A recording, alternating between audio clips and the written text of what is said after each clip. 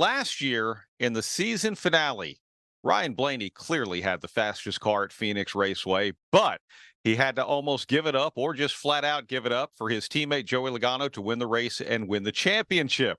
My question to our panel, Alan Cavanna, will start with you. We know how hungry Joey Logano is to go out with a big win at the end of this season after getting knocked out of the playoffs. Is he willing to help his teammate and repay that favor on Sunday? He better be, and it should be a mandate from Mr. Penske, from Mr. Ford, or all the people all the way up and down the Ford ladder. I mean, we've heard this before, frankly, so it's not out of left field. But there will absolutely be some sort of orders to help out your teammates, help out other blue ovals, especially. But the fact that the Penske cars are generally so good at these high, again, restrictor plate tracks, the super speedway type drafting tracks, they will be good. The Fords will be good. The point is that Ryan Blaney needs to be the top one, especially for Team Penske. So get Austin Cindric in line, Harrison Burton, Joey Logano. Sorry, buddy, you're out of it this time. Ryan Blaney is the lead horse going for the championship. That's millions of dollars, lots of money. Everything that trickles down with it, that has to be the team order on Sunday. Push that teammate to the win. Lee? Brad, I have to admit, when you gave that tease, I thought you were referring to Brad Keselowski and Chris Buescher because, seriously, when we went to Daytona, right? I mean, you think about that. It was the owner pushing the teammate and driver. So I thought you were going in that direction. But being said, Brad Keselowski was the last Team Penske driver to win at Talladega, but Blaney has 2 wins. He's finished second in the last 2 races. He certainly knows how to get around the 2.66 mile speedway.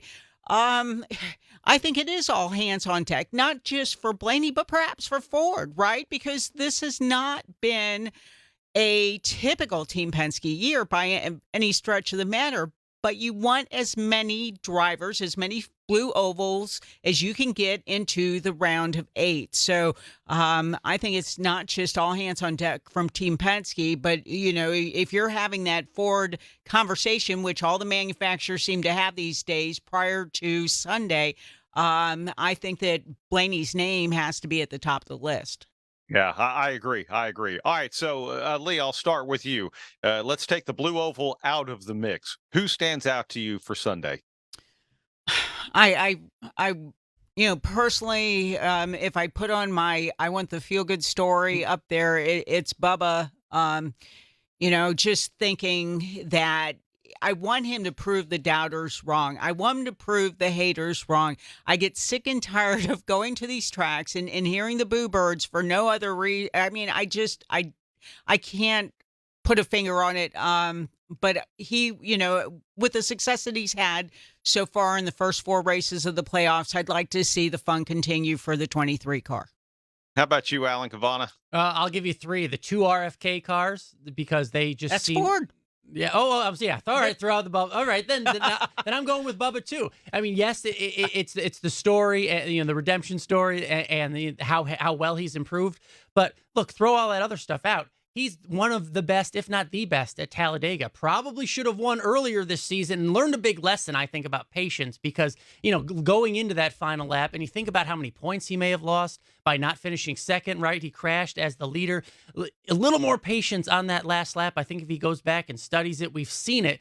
There are times where you can make a move going into 1 and 2, but you can also, if you get a move made on you, there's still plenty of time at Talladega to make 1 and 3 and 4, or coming off of 4. It's just a matter of having patience as a driver.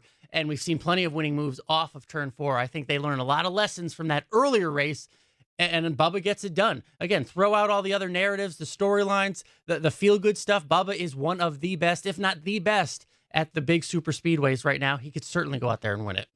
All right, well, just to mix it up then, I'm going to say that the crowd is going to go wild and we're going to hear them all the way across the country because Chase Elliott ruins it. of all the playoff drivers who can't afford to make a crazy move on the final lap, and he can get pushed to victory. By the way, that number 9 still is in contention for the Owners' Championship. I can only say that because Doug Rice is not here today. He doesn't like talking about that. So. Well, Chase reminds us all the time, right? And he is the defending winner of that race. And if it does happen, we could have a Earnhardt, tear down the stands kind of moment. And it would be a great storyline, right? So I give you that. Now, should he be pushing Kyle Larson no matter what?